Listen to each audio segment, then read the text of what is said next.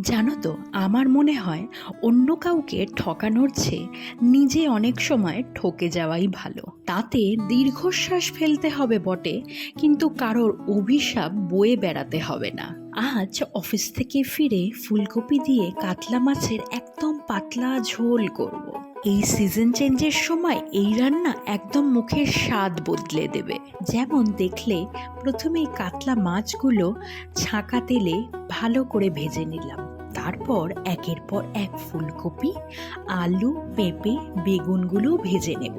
শেষে বড়িগুলো হালকা করে ভেজে নেব।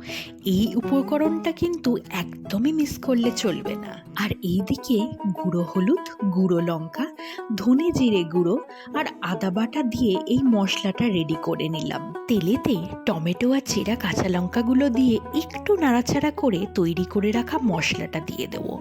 তারপর ভেজে রাখা ফুলকপি, আলু দিয়ে ভালো করে কষিয়ে নেব।